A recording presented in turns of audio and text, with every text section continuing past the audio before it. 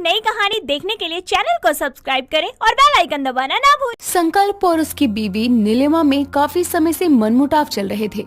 छोटी छोटी बातों से बड़ी बातें बन जाती, रोज रोज लड़ाई झगड़े बढ़ते जा रहे थे। संकल्प इस बात से काफी परेशान भी रहने लगा था और इस परेशानी से बचने के लिए अपनी दोस्त प्रतीक्षा के साथ काफी समय बिताने लगा था। और इस समय के दौरान संकल्प प्रतीक्षा के काफी करीब आ गया। वो दोनों एक दूसरे से काफी प्यार करने लगे थे। ऐसे ही एक दिन संकल्प प्रतीक्षा से शादी कर लेता है और उसे लेकर अपने घर आता है। उन दोनों को देखकर नीलिमा को धक्का सा लगता है और नीलिमा कहती है, संकल्प जी, ये क्या है? हम दोनों के बीच में छोटे मोटे लड़ाई झगड़े होते थे। उन लड़ाई झगड़ों की वजह से क्या आप दूसरी शादी कर लोगे? आपने मेरे बारे में एक बार भी नहीं सोचा कि मेरा क्या होगा? मुझे नहीं पता अब तुम मेरे बारे में क्या सोचती हो, लेकिन हाँ यही सच है कि मैं प्रतीक्षा से बहुत प्यार करता हूँ और अब प्रतीक्षा मेरी बीबी है। ये बात तुम्हें माननी ही पड़ेगी। मेरे होते हुए आप दूसरी शादी नहीं कर सकते हो। मैं नहीं मानती इस शादी को। ओ हेलो, जब संकल्प तुम्हारे साथ रहना ही नहीं चाहते हैं तो क्यों जबरदस्ती पीछे पड़ी हो तुम? अभी इतना कर रही हो, यही पहले तुम अपने पति को संभाल लेती तो कुछ होता नहीं ना। मैं तुमसे बात नहीं कर रही हूँ और तुम मेरी सौतन हो, सास नहीं जो रौब झाड़ रही हो मुझ पर। हाँ मैं सौतन हूँ और मेरे पति को कोई कुछ बोले ये तो मैं बर्दाश्त नहीं करूँगी। खुद का घर संभाला जाता नहीं, आई बड़ी मेरे घर में नजर मारने वाली। ज्यादा ना मेरे पति को समझाने की जरूरत नहीं है। क्या प्रतीक्षा, तुम क्यों सुना रही हो बेचारी को? एक तो वैसे उस बेचारी का घर उजड़ गया हमारी वजह से, अब उसे अकेला छोड़ दो, वो खुद को संभाल लेगी। संकल्प, आपको कुछ ज्यादा ही बुरा लग रहा है कि अपनी पहली बीवी को ऐसे देखकर। उसकी इतनी तरफदारी पहले तो कभी नहीं किया आपने और अब मेरे आते ही वो खास हो रही है। अरे मैं तो हम सबकी भलाई के लिए कह रहा हूँ, कोई कलेश ना हो जाए, मैं तो यही चाहता हूँ ना। कलेश करने वाली से तो बचने के लिए ही मेरे पास आते थे। मुझसे बात करना अच्छा लगता था और आप बोल रहे हो कि कलेश ना हो। ये सब नीलिमा की ही चाल है। चलो अंदर चलते हैं हम। एक तो मेरे पति को मुझसे अलग कर दिया, अब ऊपर से मुझे ही सुनाई जा रही हो। पता नहीं कैसी सौतन लाए हैं ये मेरी। आए हुए 2 घंटे भी नहीं हुए इसे कि ताने ही दिए जा रही है। नीलिमा और प्रतीक्षा दोनों कहने को तो एक ही घर में रह रही थी, लेकिन दोनों ही काफी ज्यादा बहस किया करती। एक पल के लिए नीलिमा शांत हो भी जाए, लेकिन प्रतीक्षा के ताने उसे बोलने पर मजबूर कर देते। कई दिनों तक ऐसे ही चलता है। कुछ दिनों बाद प्रतीक्षा सोफे पर बैठकर आराम से टीवी देख रही थी। तभी वहाँ नीलिमा आती है और टीवी बंद करके कहती है, पूरे दिन भर टीवी चलाती रहती हो, तुम्हें कुछ पता भी है कि बिल कितना आता है? अरे तो बिल आता है तो क्या वो तुम्हारी जेब से जा रहा है? नहीं ना, तो यहाँ आकर टीवी बंद करके मुझे बोलने की हिम्मत कैसे हुई? ये मेरा भी घर है, समझी तुम? तुम्हारा भी घर है तो तुम्हें भी तो इस घर के बारे में सोचना चाहिए ना। देखो, तुम मेरे पति की पहली पत्नी हो, इसका मतलब समझ रही हो ना कि तुम्हारा पति तुम्हारे साथ खुश नहीं था, तभी उसने दूसरी शादी की मुझसे। इसलिए तुम ना मुझे कुछ भी बोलने का हक नहीं रखती। पति का दुख कम था क्या जो अब ताने देने वाली सौतन और आ गई है? ये तो मेरा जीना ही हराम कर देगी ताने दे देकर। पता नहीं क्या पाप किए थे मैंने। नीलिमा अपनी सौतन से बहुत ज्यादा परेशान हो गई थी, क्योंकि वो उसे बहुत ज्यादा ताने दिया करती और ये सब सुन सुनकर नीलिमा को बहुत बुरा लगता था। लेकिन वो चुपचाप अपनी सौतन के ताने सुना करती।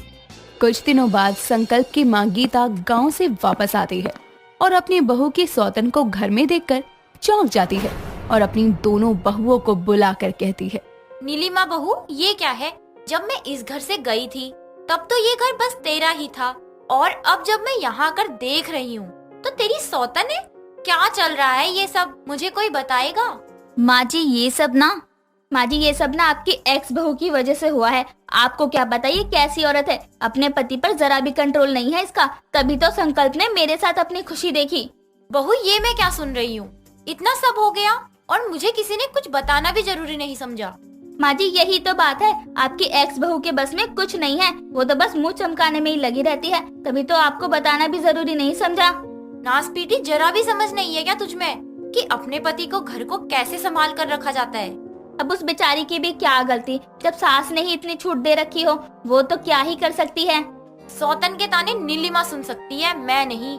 मुझे ताने देने की सोचो भी मत। तूने जितनी दुनिया देखी नहीं है उससे ज्यादा मैं जी चुकी हूँ, तो अपने ताने की दुकान अपने पास ही रख। गीता को पहले ही मुलाकात में पता चल गया था कि उसकी दूसरी बहू प्रतीक्षा ताने देती रहती है। इसीलिए गीता ने शुरू में ही अच्छे से समझाने की उसे कोशिश की थी, लेकिन उसका कोई असर प्रतीक्षा पर नहीं हुआ था। उसके तानों के आगे जो कोई भी आता वो उसे ताने दे दिया करती। अब तो ये रोज का हो गया था। ऐसे ही एक दिन नीलिमा गीता दोनों बातें कर रहे थे, तभी वहाँ प्रतीक्षा आती है और दोनों सास बहू को एक साथ बातें करता देखती है तो प्रतीक्षा कहती है, आज तो सास बहू में भी बन रही है। ऐसा लग रहा है कि कोई खिचड़ी पक रही है मेरे खिलाफ, तभी तो आप दोनों एक साथ नजर आ रहे हो। बहू, तू ना खुद को ज्यादा महत्व दे रही है। हम यहाँ घर के काम की बात कर रहे हैं। अच्छा, आप लोग काम भी करते हो क्या? आप लोगों को देखकर कोई बोल नहीं सकता कि आप लोग कुछ करते हो। आप लोगों के मुंह से ये सारी बातें अच्छी नहीं लगती। क्या मतलब है तुम्हारा? हम काम नहीं करते तो कौन काम करता है? घर का काम वैसे का वैसा ही रहता है, एक पत्ता यहाँ से वहाँ नहीं होता।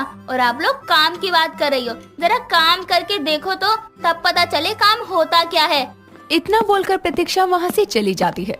प्रतीक्षा के जाते ही नीलिमा कहती है, माँ जी, मैंने आज तक इतने ताने तो आपके भी नहीं सुने जितने ताने ये मेरी सौतन सुना देती है। बहू, यही तो मैं भी सोच रही हूँ कि सास मैं हूँ या वो है। आती है, ताने देती है और मुंह बनाकर चली जाती है। तुझे ताने दे रही है, समझ आता है, लेकिन मैं भी इसके ताने सुन रही हूँ। लेकिन माँ जी, ताने देने वाली सौतन का कुछ तो करना ही पड़ेगा ना। हम रोज रोज ऐसे ताने थोड़ी सुन सकते हैं किसी के। हाँ, इसकी अकल तो मैं ही ठिकाने पर लेकर आऊंगी। गीता और नीलिमा दोनों प्रतीक्षा को सबक सिखाने की सोच रहे थे। 2 दिन बाद गीता ने प्रतीक्षा की मां लता को गांव से शहर। जब लता आती है तो उसे देखकर सब खुश होते हैं, सिवाय प्रतीक्षा के। प्रतीक्षा का मुंह उतर जाता है। लता प्रतीक्षा के पास जाती है और कहती है, तुझे मैंने यहाँ काम करने के लिए भेजा था और तू यहाँ सौतन बनकर बैठ गई। माँ, वो मैं संकल्प जी से बहुत प्यार करती हूँ। आप यहाँ किसी से भी पूछ लो, सभी लोग मुझसे बहुत प्यार करते हैं। भले ही मैं सौतन बनकर आई हूँ, लेकिन नीलिमा दीदी मुझे छोटी बहन मानती है। क्यों दीदी?